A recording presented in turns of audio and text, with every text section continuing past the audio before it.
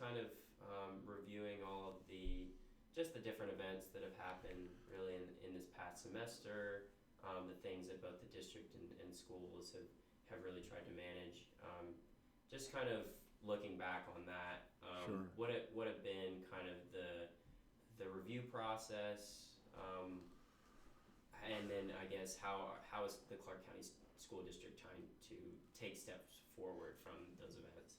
I mean, really, kind of the whole piece, obviously, was the Cedar event, and which was tragic in and of itself, but it happens, and you have to deal with it. And from there, we just began to ask a lot of questions. I think there's a lot of internal questions I answered.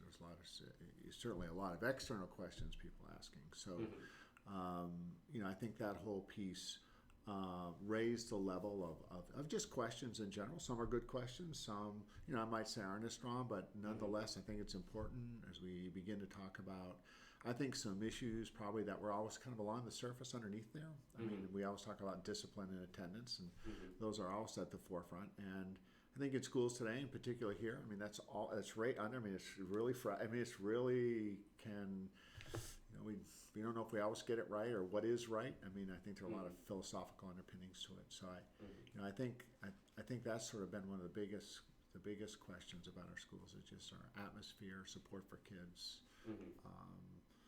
Are we doing the right things? Are we being effective? Are we not being effective? So it started with discipline, but it really is a much larger scale about the needs of our community.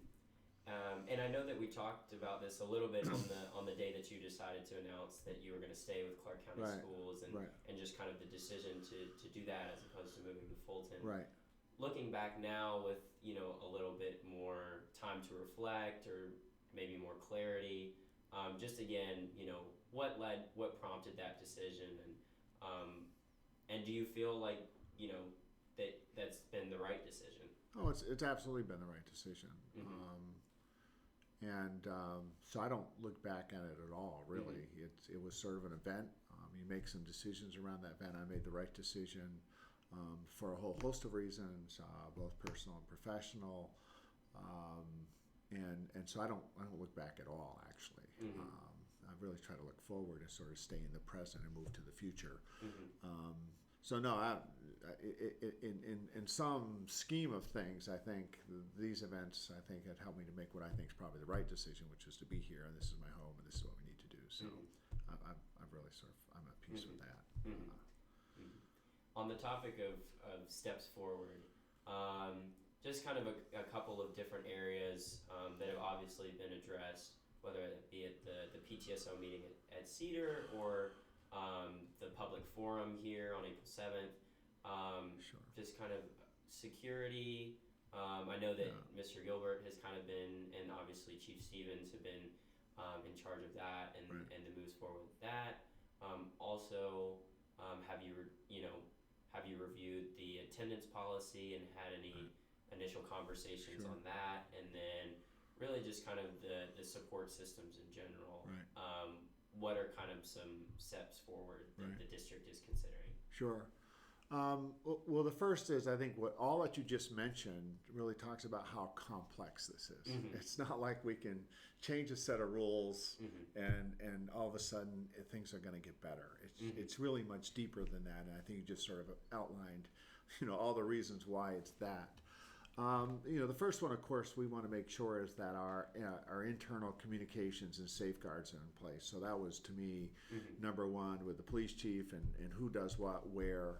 So we already went through and spent quite a bit of time with principals, making sure we have a protocol of identification, getting the right support when we have crisis, what happens, who are we going to notify, how are we going to notify, and et cetera. So we put those in place probably within three weeks, just because we wanted to make sure we got that right.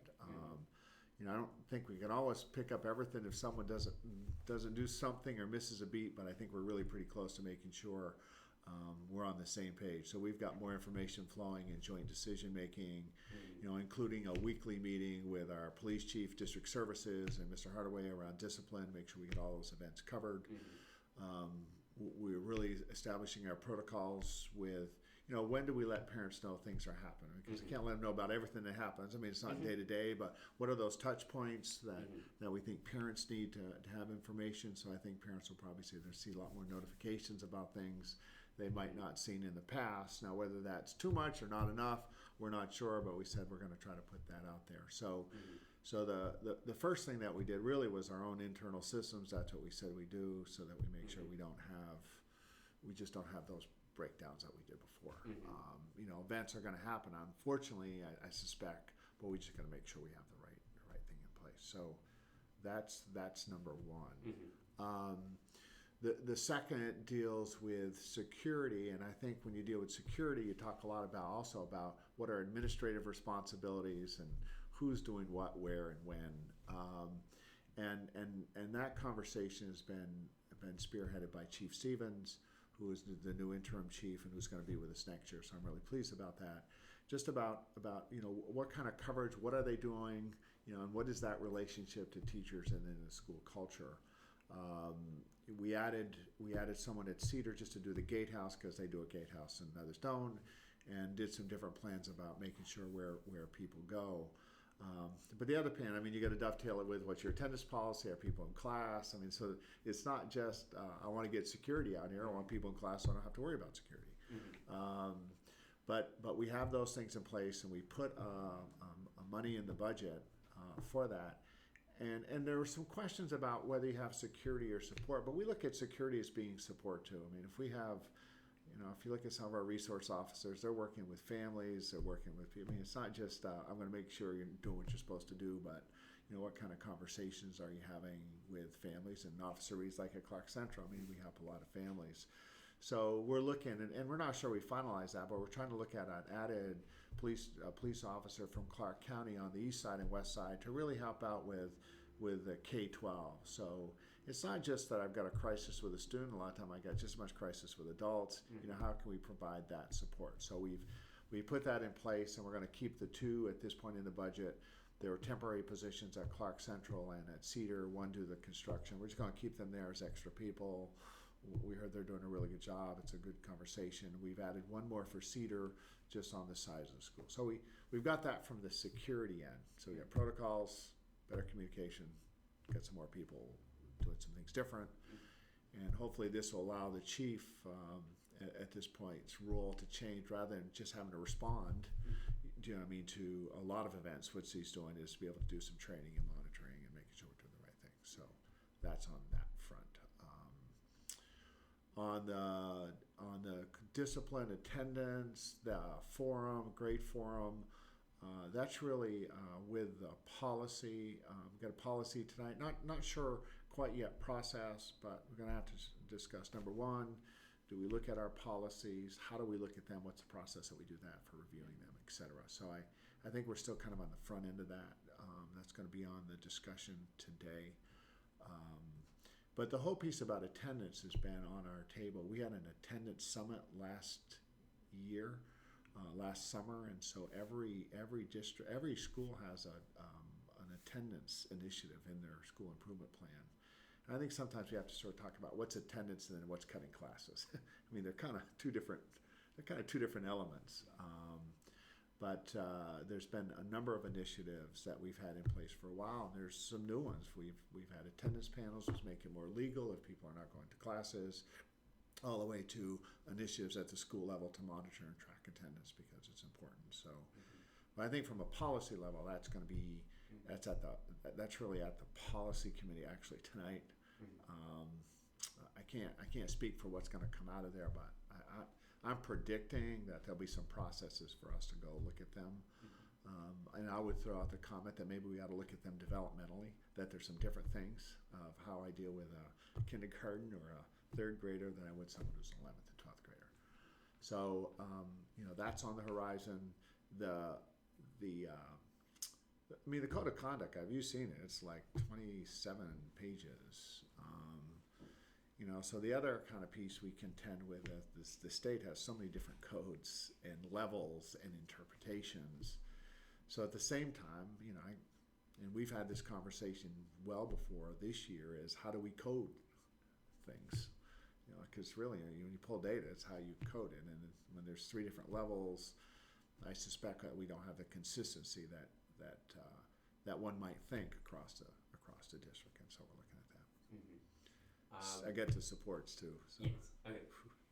All right, take a deep breath. So let's talk about supports. I don't know if you've got the slideshow from the board presentation. If not, I should send that to you. From the work session that we had a week and a half ago. Do you remember? I had how many counselors, social workers? If not, you should look at that. Okay. But I will say candidly, for a school our size, we have lots of supports compared to most districts. We have a strong social work department. We have a strong psychologist department. Counselors, we've added a couple of counselors. I'm not saying it's enough, but you always could use more. But we looked at all of our support services and gave a presentation to the board.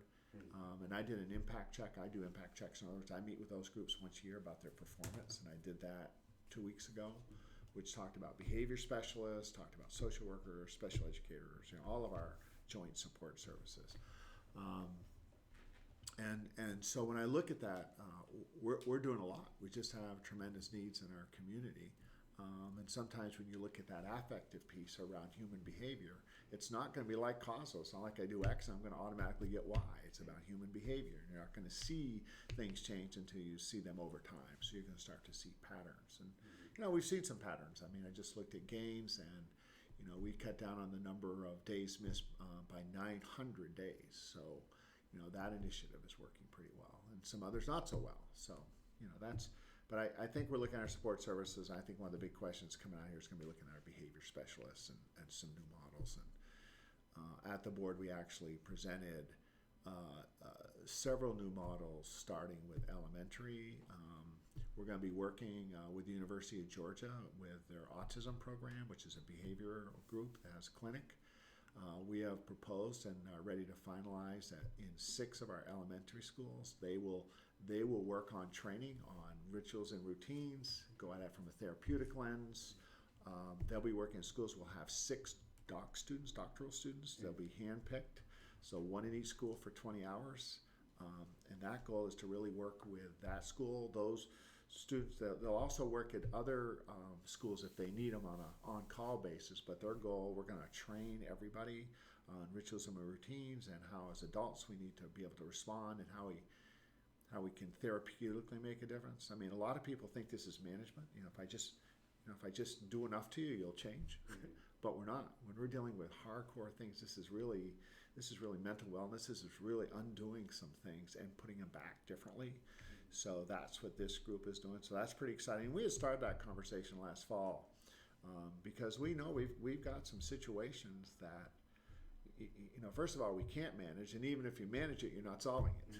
You're only managing it for the time being. So we're trying to do some things there. We'll probably redo our behavior specialists and how we deploy those, and we're starting to put together a plan there so they can provide some support to schools. And we're also doing something that, it's not a place I necessarily want to be, but I think we need to be, is we're creating a transition classrooms in K2 and 3-5.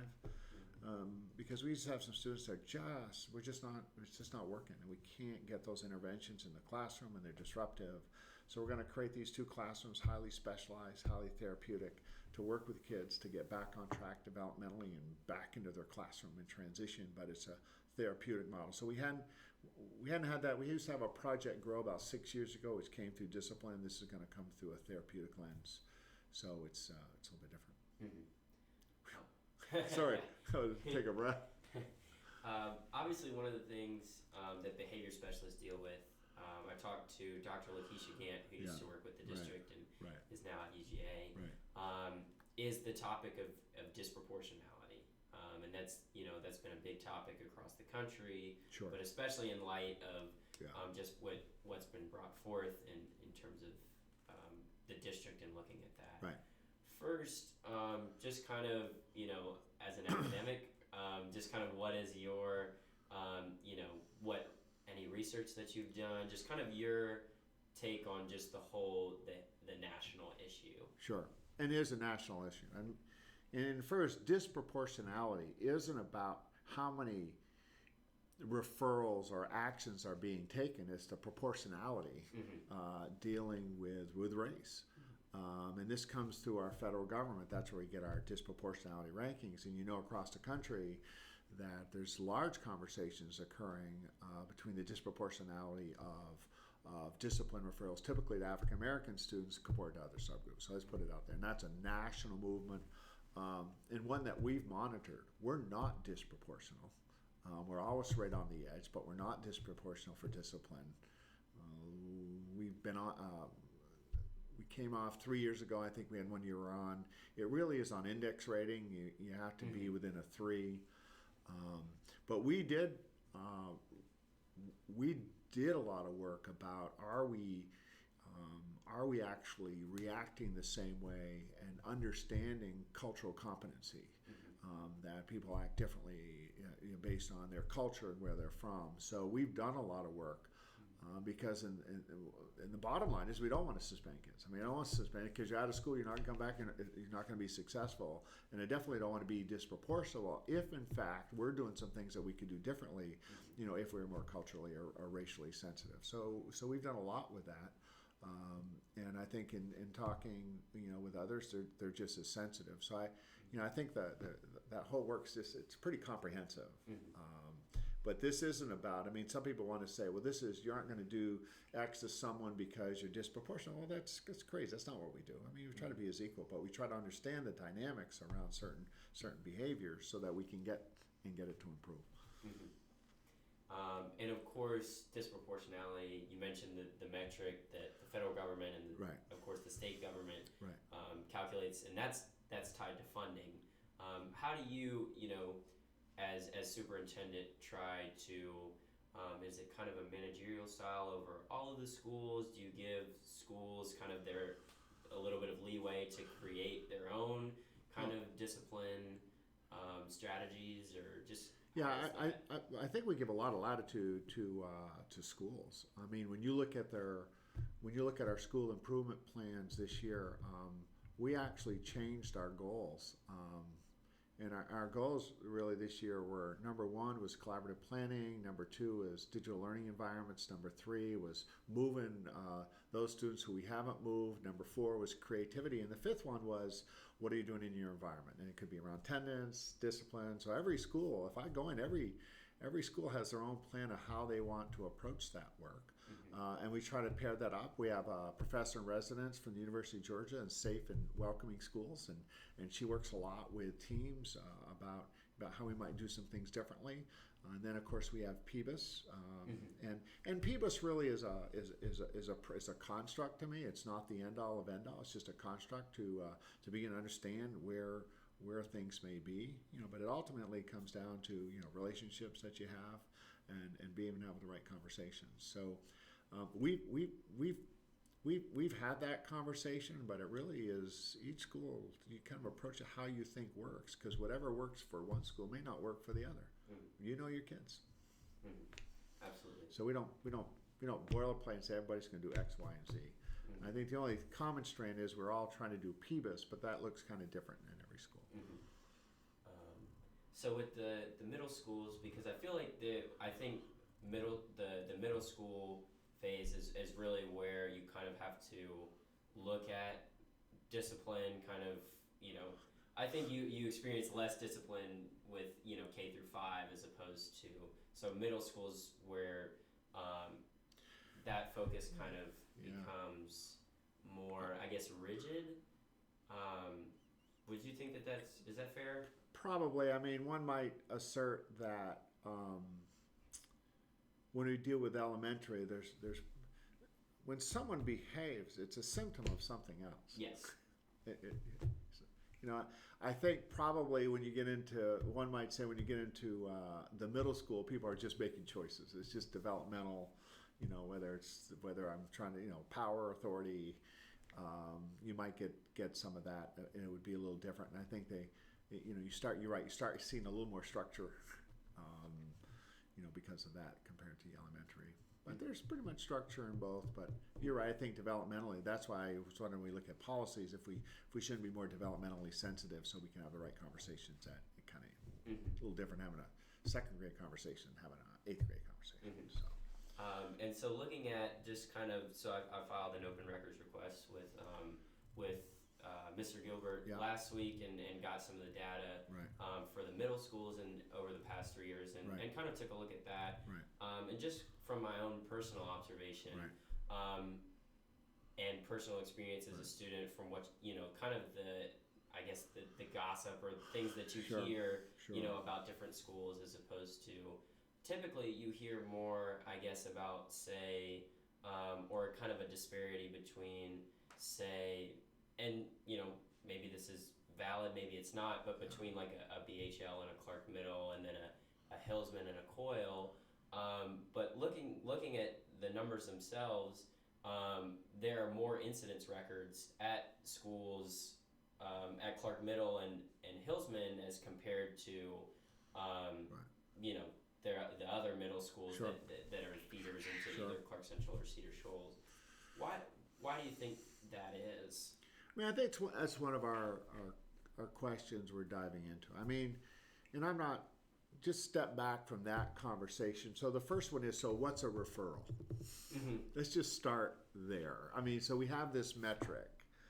So what's a referral? And I'm not here defending one school or another, but you have to say, what is it gets in that piece of paper? And I mean, and it may be as simple as this, because I was a teacher and I was a principal for 18 years. I'm going to get a referral because so-and-so is on the bus and they misbehave, or if the bus pulls in too soon, the bus driver goes to the assistant principal and says, can you take care of this? And where does that end up? So, I think that's one of the questions we just have to ask ourselves. We're really going to collect a pretty good data around metric is, what do we consider referral and how we're going to document? And that's where I think we got some real inconsistencies, I suspect, that we're trying to work on about that. I mean, ultimately to me, it's not the number of referrals, it's actually what's happening in your school and are people making good choices and et cetera. Because then some of the data that we found that really skewed it was on the bus or not on the bus. So we used to ask a question, did this happen on the bus or not on the bus? Because there was a large propensity to get a lot of bus referrals because there was less supervision. So that's another question you ask yourself. And I know a lot of schools, especially elementary, actually work closely with bus drivers, on positive behavior to make sure we can have some good protocols there. So I mean, that was also one of the big pieces. And the other piece of data you look at is how many students are being affected by the referrals.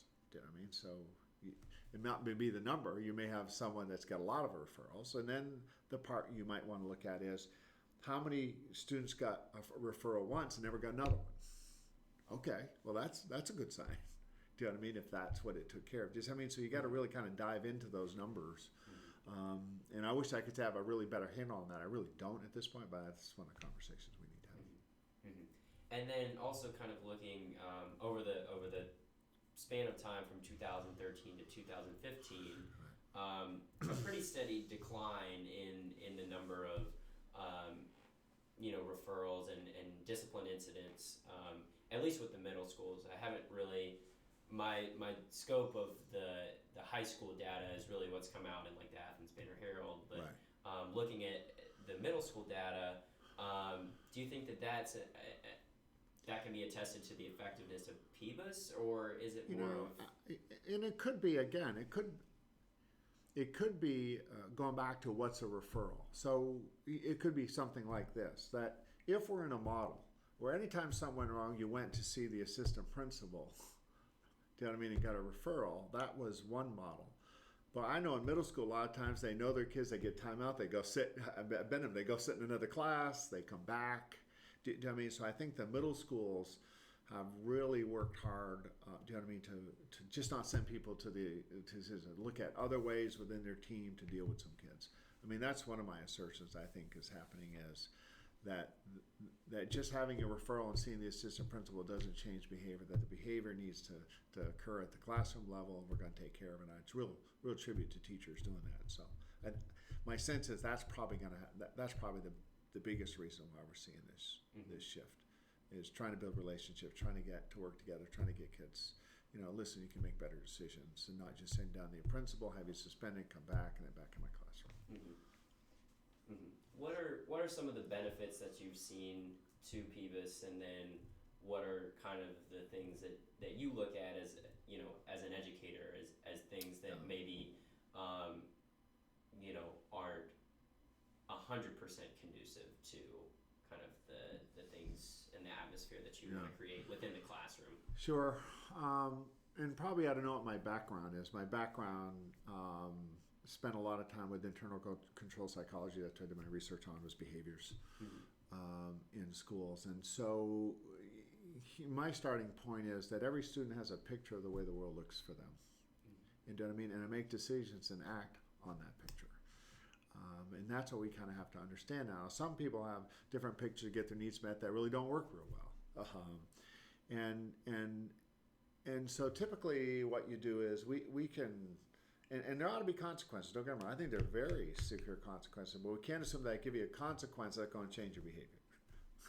For some, probably 80%, do it once, but for some, it's just not going to change behavior. So our approach that we started was really get to know what your kids are, and form that. Even if you go into a classroom, you say, what are our joint rules? What do we agree? What's reasonable? I mean, if you ever sat there and do your own rules of the class and put them up there and say, this is what we say, we agree upon it. So we find those agreements, and then we test those out. But then, we've got some people that just make some just not very good choices, and we have to deal with those probably in a much more severe way. I think it's a real balancing act for teachers. It really is, between trying to keep that whole class going, and if it's not one day, it's the other, and something happens. But I think the beauty about teachers is teachers kind of know when to kind of hold people close and give them distance, give them space. When teachers really know that, for the most part, that works for most situations. But there's some that don't. We got to deal with that separately. Mm-hmm.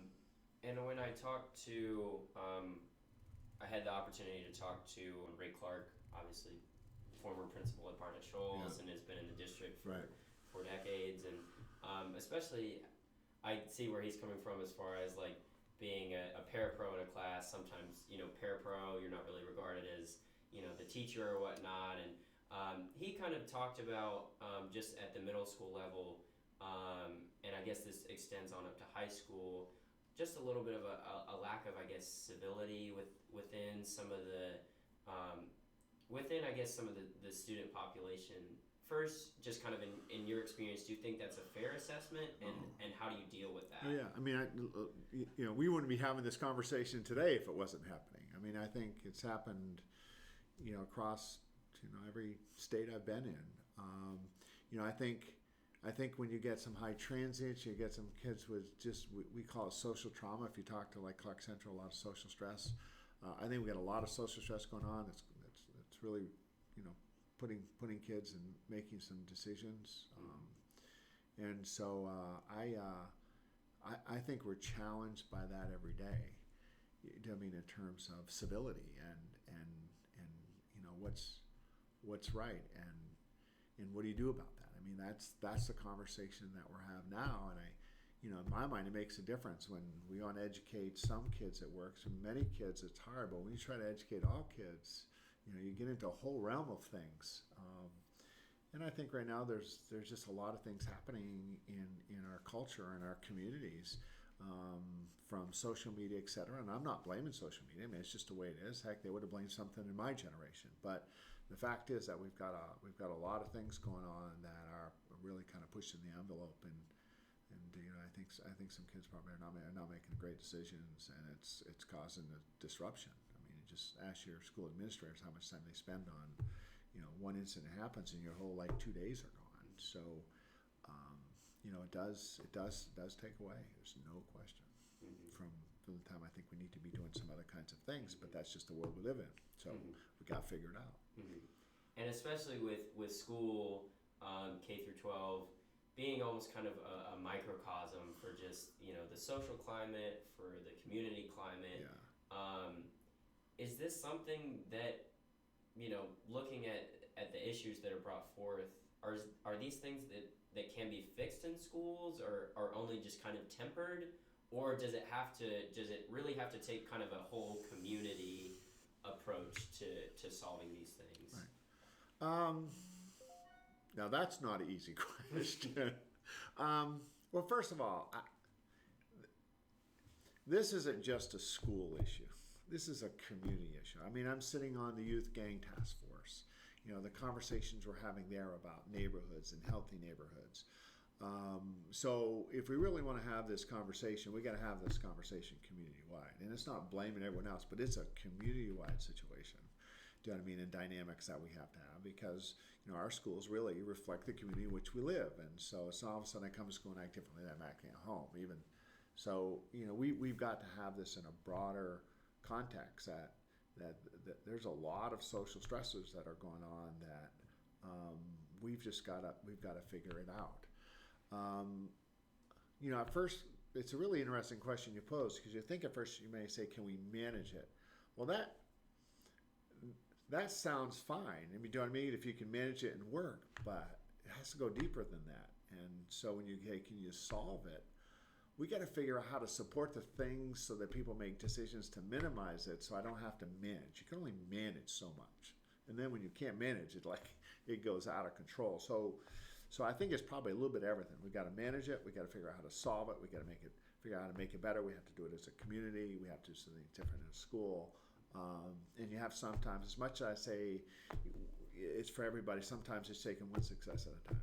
It's just one success at a time. Mm-hmm. So, and I'll give you a good example. And this just happened about a month ago. Talk about middle school. So, and I don't think she'd mind. It was Melanie Siegler out of BHL, since you mentioned BHL. And so I was doing her evaluation, and she came in, and she was kind of emotional. I said, Melanie, you okay? Miss Siegler, you okay? Yeah, it's fine. So I just want to tell you what happened. I said, well, what happened? I said, well, I had one of my students that came up to me and said, Miss Siegler, I just want you to know that this is the 2nd year anniversary of my mother dying. So the principal, the teacher, just kind of responds to that in a very positive way. And then the next day, she said, this morning, the student came up to me and said, Miss Siegler, I just want you to know I slept for the first time in 2 years. And she said something like this, because I know that you love me. So you start breaking down the challenges. You're breaking down, dealing with Hillsman when a 7th grade student who was homeless was killed in Charlotte one day, and a teacher dies the day before. And you've got students in these social traumas. Do you know what I mean? And we're trying to get them to make decisions in a normal pattern. I mean, we have to be a little more realistic about it. And this is not defending it. We just got to figure it out. You asked me how to figure out. Those are the things we got to figure out. Do you know what I mean? It's not just let me add more rules so I can push you over here. I can't get to the core. You know what I mean? When this young man was dealing with the other young man, his mother was murdered 2 years ago. And so how do you put that on top of each other? Do you know what I mean? And then have you walk into a classroom one day and say things are fine. And it doesn't mean we're excusing behavior we can't, but we got to figure it out. And that's really what I'm saying. Mm-hmm. So kind of switching gears a little bit, looking at just kind of different ways in which the school board and the district have tried to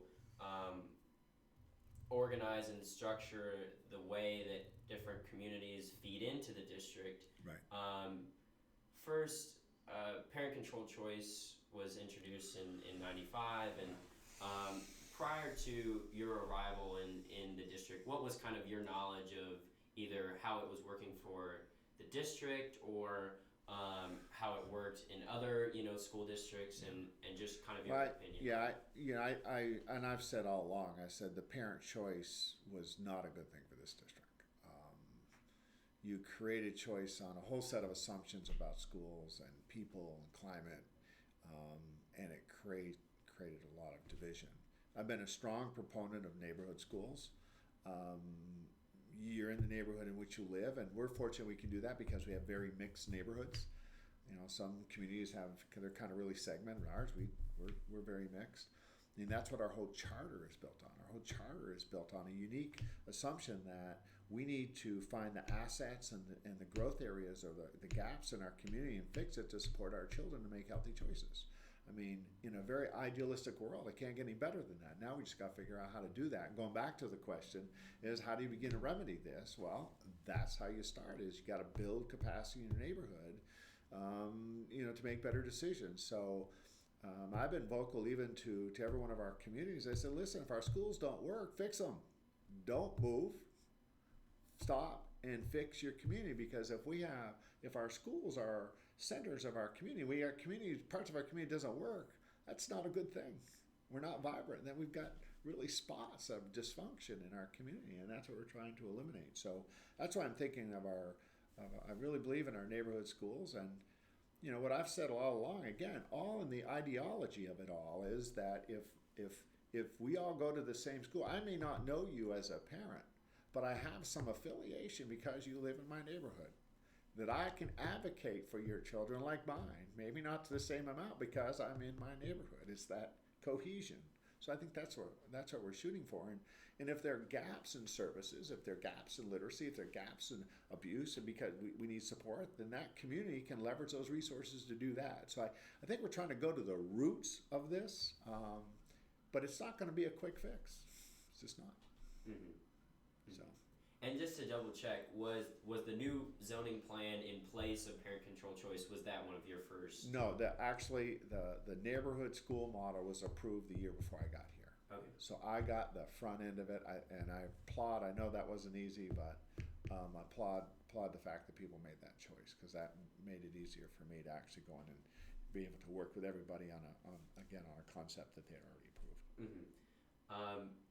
Talking to Mr. Clarke and other, and just other elementary school principals, or having knowledge of elementary schools back when it was parent controlled choice. That's how I entered the district, was under that model. Right. Do you think in some ways that communities kind of, because of that that model and that time of just kind of chaos at the elementary school level in the district, have some schools still not really bounced back from that? Because when I think you're looking at some of the communities and those being broken apart in terms of I think the push was to give equity, but then when you're breaking apart communities, you're not really, again, as you said, you're not really centering around what fits everyone's needs. And I'm not sure. I'm trying to figure out that question. So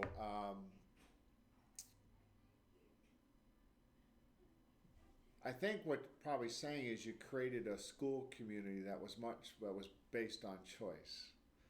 That was based on, I wanted to get there, but that whole process caused a lot of frustration, and it caused a lot of dissension because people felt they were competing. Mm-hmm. Around things that were really the wrong metric in terms of what they had to offer. And so I think there was, when I first got here, there were some people questioning that, but I don't get that as much now. I mean, we still have some level of choice with Act 251. So on a space available, you see people move. But in a reality, people have been staying. And I sense that people are stronger than ever. I use a good example, Oglethorpe Elementary. I mean, that was a big shift, and she had to rebuild that whole community. She got some kids coming in from Jefferson Road. Boy, that community is really strong. Maybe it wasn't 6 or 7 years ago, but it is today. Or a Whitehead Road Elementary that is incredibly strong, and it's large. It's got 800 students. In fact, when I went to break the school up into smaller, we had that option. Actually, we couldn't afford it, but we talked to them. They said, no, we want to be here. So they chose to be in that neighborhood zone. So, I think you'll probably get some sort of people talking about both sides, but I think overall, I really applaud the work of our neighborhoods, really trying to come together. Mm-hmm. And then just kind of looking at that, just kind of all of the different things that we've talked about. Just kind of what are some long-term goals for communities and schools and just kind of moving on from all of this. From all this, yeah. I think first sort of long-term goal. I think at least around climate and discipline and attendance and rules. The good part about it is, at least find some common agreement. So it's not just under the surface. Doesn't mean we're always going to agree, but there's an understanding that we can at least find that common understanding that we're going to work from. And I think if we can find those real center points, we'll be better off, because I think they're all over. So long term, basically, can we find those right center points so we can move forward and do the kind of work that we need. I think we're talking about support services. I have a meeting this week on telehealth, really looking at different ways to bring health services to kids and to families. It's very, very different. If we're trying to be a model for the state on this telehealth model, where we can do some things without students even leaving the building. So we're trying to be really creative around the healthy needs of our children. That's very different. I think that's a long-term goal for us. I think we have to do a long-term goal of stability of housing. I don't know if you knew this, we have a 20% transient rate. And what that means is that we have about 20 out of 13,000, 2,400 students move in and out, and another 800 move around once, and another 100, 150 move around twice. So if you think of that alone, that's 3,500 students that change schools in the course of a year. That's pretty staggering. So we got to stabilize that. I know we're working with the youth task force to really do some protocols for healthy communities. So we've got a couple now where there's just some indifferences. We want to make sure we got rec facilities, we got healthcare facilities, we got transportation facilities, we got tutorial, we got literacy programs. So long term, I think if we can replicate some things that we know work in developing those communities, especially around youth development, I think we'll be in better shape. And constantly, I know for it's more short term to long term, just looking at our behavior specialists in our program.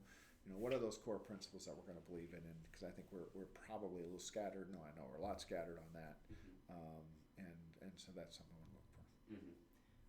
Of course, you've been an advocate against high stakes testing and on all of the data of testing, but of course a lot of a lot of what people look at as far as discipline and that is definitely data driven. So how do you ensure that that you're not so much as focused in the numbers as focused in the community needs or student needs or teacher needs, all of that? I just want you to know the metric around discipline and what's right is not as easy.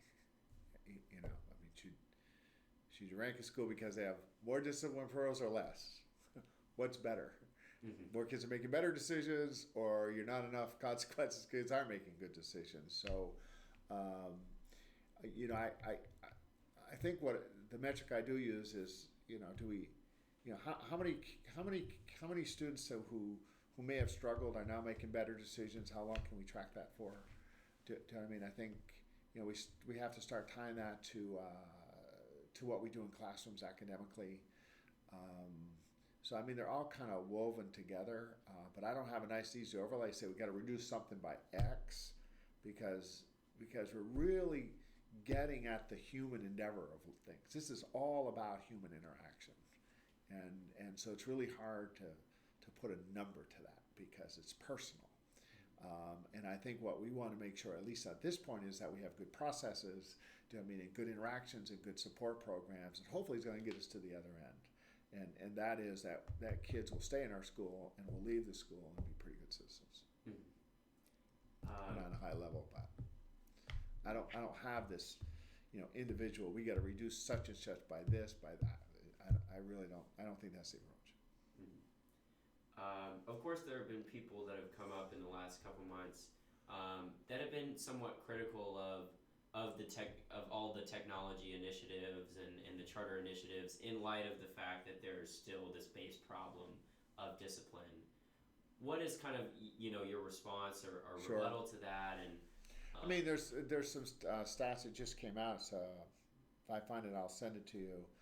but more and more as I was just in a consortium in DC, and more of that certainly the technology piece and around engagement is widespread about students being engaged. And so people want to talk about that in the discipline piece as well.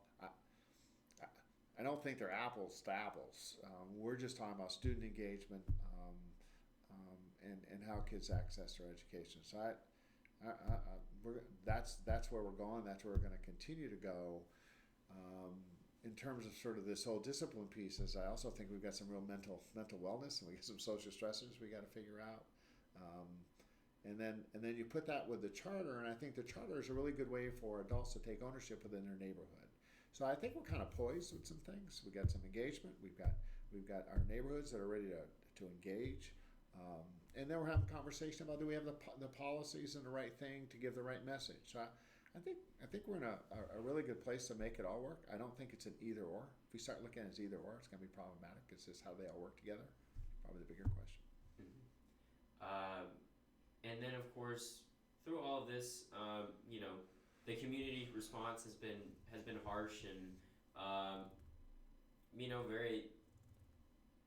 People have expressed that at points in time throughout all of this that that they're angry and they want to see change. Yeah. They're coming after you, or they're coming after the board. Sure. or whatnot. How do you first just how do you deal with that, and then in some respect do you admire and appreciate the fact though that the community does seem to be very committed to sure. student and school betterment? Yeah, I mean, let's start there. I mean, that's if we were just complacent across the board, then people wouldn't care. So for people to be vocal and question, that's a good thing. I mean, I think people question pushes your thinking even more, pushes my thinking. Does it mean I have to say you're right or wrong? That's really not what I'm asking. You're asking a broader set of questions. Do we have the right things in place? And I think in some responses, I think it's pretty good. Probably other areas, it's not so good. So I mean, I look at the community response as being certainly a good thing. I mean, but what I also look at data. I look at surveys. I mean, I get surveys back on all the principals and in all the schools, and actually they're pretty high. They're in the 90% agreement. So we've got some also things. That's why people have different views on how they look at the world. I mean, I think some of this is coming from events that are real, no question. Others are coming from a philosophical lens about what we ought to be doing. So I just think we ought to I think it's a good thing. I think when people are in opposition, it makes you think. Mm-hmm. That's okay. But I don't think we ought to get into saying, well, you're right, you're wrong, you're right. I think it all comes together to find out that probably somewhere in the middle, and where do we find the common ground? Mm-hmm. And of course, with the responses, with the data synthesis of the April 7th forum coming back this week, and you guys are going to be able to review that before it's released to the community. First, kind of just what are you anticipating of that? And then how do you seek growth from it? Well, first I mean I've just seen pieces of it. I got the recommendations, so I mean it's the board sort of said this is something they wanted to assume, which is great by our board. We'll talk about that through policy. We'll have to take those from the forum and them across the district, and probably I think it's got to have some. If we're going to make changes, to me, they're going to just be some processes in place. I don't think it's going to be you said this, we're going to change this and go here. I think it's probably a little bit larger than that, but that's going to be a good thing, and that's really sort of a function of policy, coming out of policy. Mm-hmm. All right, I think that's all that I have.